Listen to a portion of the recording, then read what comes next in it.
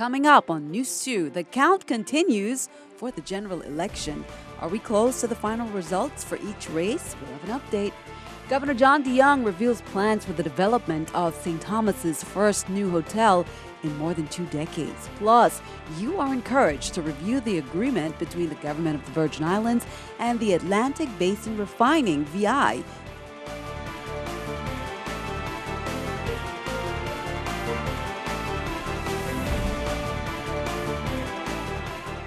Hello, welcome, and thanks for joining us on this edition of News 2. I'm Sandra Gaman Singh. Topping our newscast, the counting continued in both districts Thursday.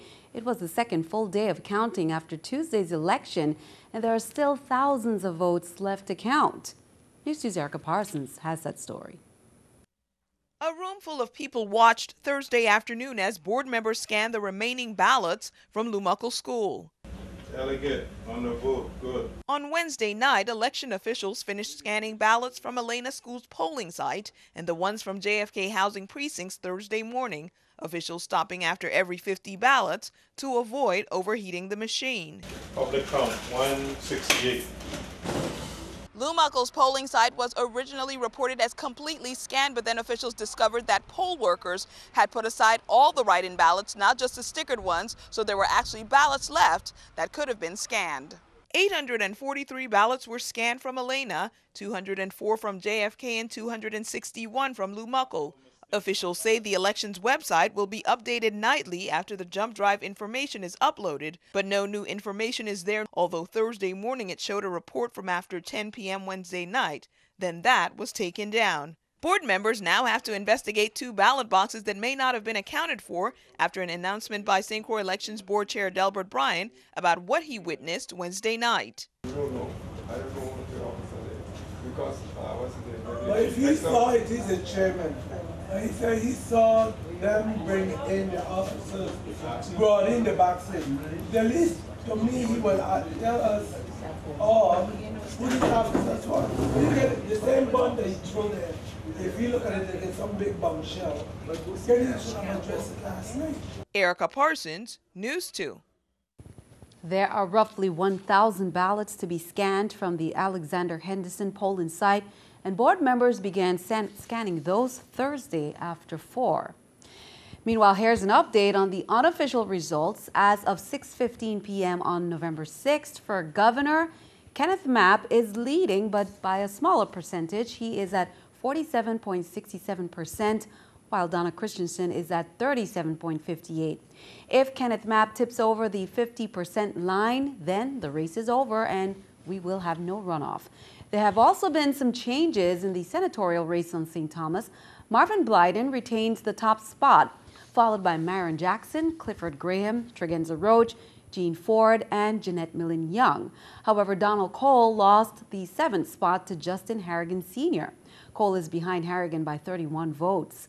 On St. Croix from the top, it's Kurt Ville, Novell Francis, Samuel Sanes, Kenneth Gittins, Neville James, Terrence Nelson, and Narita O'Reilly. Rocky Liebert is leading at 61% for the senator-at-large race.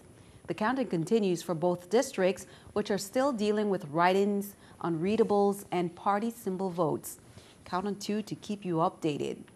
Well, in the past 2 days, News 2 has been seeing social media postings by St. Thomas residents who are worried about a forthcoming announcement by the governor on Mandel Bay. That announcement happened on Thursday, and it was, as some of them feared, a new development that could change their way of life. News 2's April Knight has details. Frances heard that the governor was making an announcement about Mandel Bay. She knew she had to come. Frances has lived in Mandel all her life and keeps a close eye on its development. Originally, Mandel Bay was given to the Virgin Islands government from the federal government for the education of the whole population, the St. Thomas population. So therefore, we're quite concerned. Environmental education for the people of the Virgin Islands. Governor Jongh made the announcement Thursday at Government House that Mandel Bay Holdings is planning to build Port of Mandel, a new resort community to be run by Hyatt Regency. These 2 agreements will enable us to build a 300-room hotel, the first hotel built in the Virgin Islands in more than 20 years. This development will not just be about a new hotel, it'll be about a community.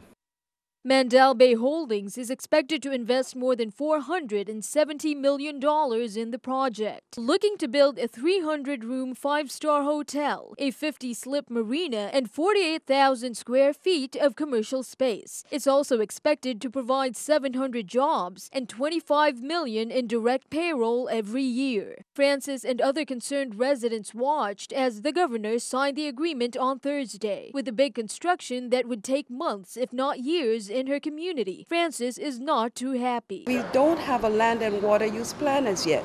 So therefore, we need to get together and decide what policies are going to affect us and how are your policies going to affect us 20 years from now, 30 years from now. According to the governor, the multi-million-dollar project will go through all the needed approvals. VI residents will also get the chance to pitch in public forum.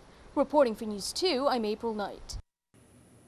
In other news, a brand new cruise ship will be making its maiden call to the Virgin Islands at the Waiko dock on Wednesday, November 12th. The launch of this new ship, Princess Cruises Regal Princess, and the call are in conjunction with Princess Cruises' 50th anniversary. The new Regal Princess, sister ship to Royal Princess, is 50% bigger than their other ships. The ship is 1,083 feet long, 217 feet high, and has 19 decks. The guest capacity is 3,560. The inaugural cruise was in May of 2014. Senate President Sean Michael Malone said the agreement between the government of the Virgin Islands and the Atlantic Basin Refining VI is online at www.legcvi.org. That's www.legvi.org. And he's encouraging everyone to review the 98-page document and submit any questions via email to the Office of the Executive Director. The Committee of the Whole is scheduled to meet at the Lowett's Legislative Conference Room on St. Croix at 4 p.m. on Monday, November 10th. And a special session is also called by Governor Jongh at 10 a.m. on Wednesday, November 12th at the legislature on St. Thomas to allow for members of the legislature to vote swiftly. Members of the public are also invited to attend.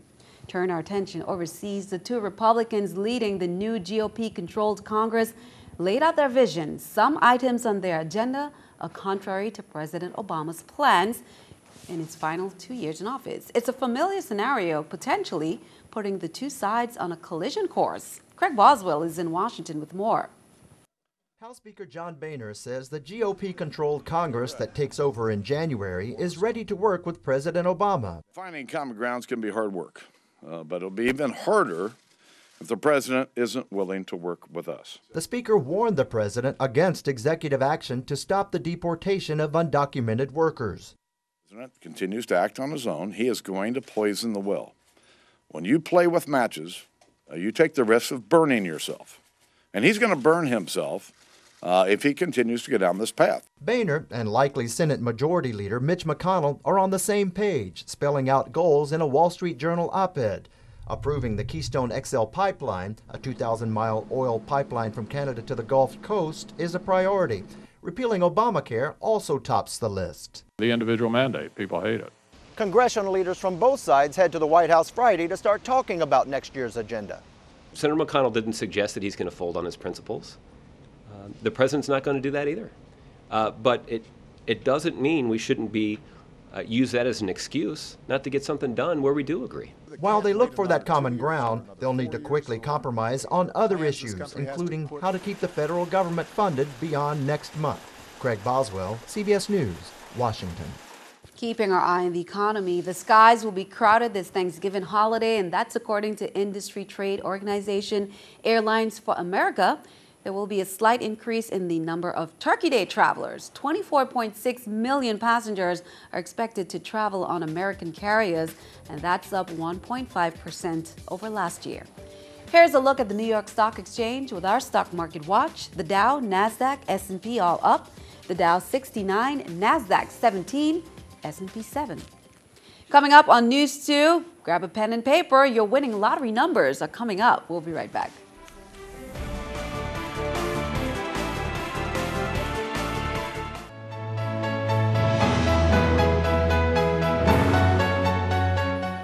Governor John P. Jongh Jr. hosted a meeting at Government House on Monday morning to discuss implementation of a comprehensive recycling program on St. John. The program would be built on a public-private partnership that will involve the collection of household goods, crushing of aluminum cans, and transportation of waste based on support from local vendors and shippers. Joining the governor at the meeting included St. John Administrator Leona Smith, Public Works Commissioner Darrell Smalls, Jim Grum of the VI Waste Management Authority, and Harith Wikrima, Bill Wilgorod, and Rob Crane of Island Green Living Association. The Good Samaritan Foundation of Haiti is hosting a second coffee morning with cinnamon rolls in the rainforest. That's this Saturday, November 8th from 10 to 12. Now, all proceeds from this event will go to the foundation administered by acclaimed artist Mandy Thodi, and they raise money and they collect supplies for 2 primary schools on Haiti. One of the schools, Emect, was started in 2001 and was destroyed in the Haitian earthquake. When GSF started rebuilding efforts, 100 children were attending school under a tarpaulin. Now, the school is being gradually rebuilt and now back up to 230 children. Now, Haitian and local crafts, lots of things will be on sale. The event will take place at 2 Little LaGrange. You can call 340-513-2022 for more information and to RSVP. The Hope Agency will be recognizing some outstanding leaders during their gala at the Marriott Frenchman's Reef. That's on Saturday, November 8th. The Toast to the Heart honorees are Dion Donadell, James Penn, International Management Corporation, Patricia Thomas of the St. Thomas Majorettes, and the Venomous Poison Band. Toast to the Heart begins at 7 p.m. You can call Hope for ticket information 777-1611. Hope stands for Helping Others in a Positive Environment. It was started in 2000 as an AIDS service organization, and now it provides prevention and referral services for hypertension, diabetes, HIV, and obesity.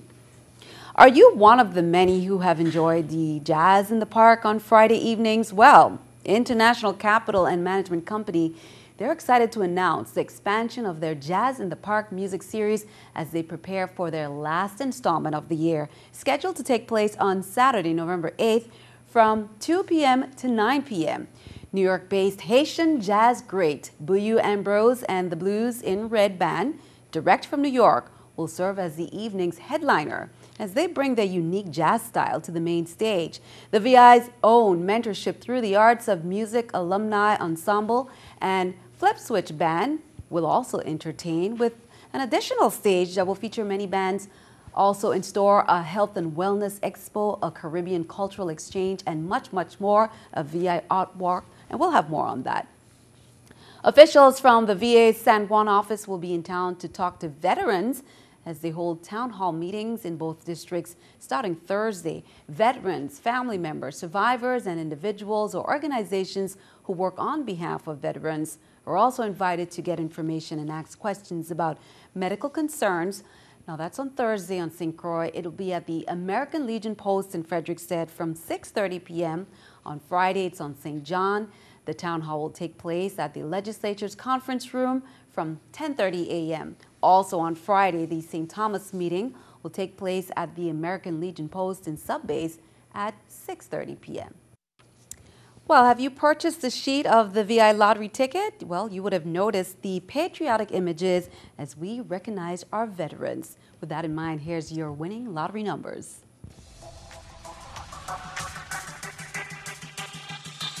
The VI Lottery presents drawing results of today's drawing on News 2. Here are their top prizes.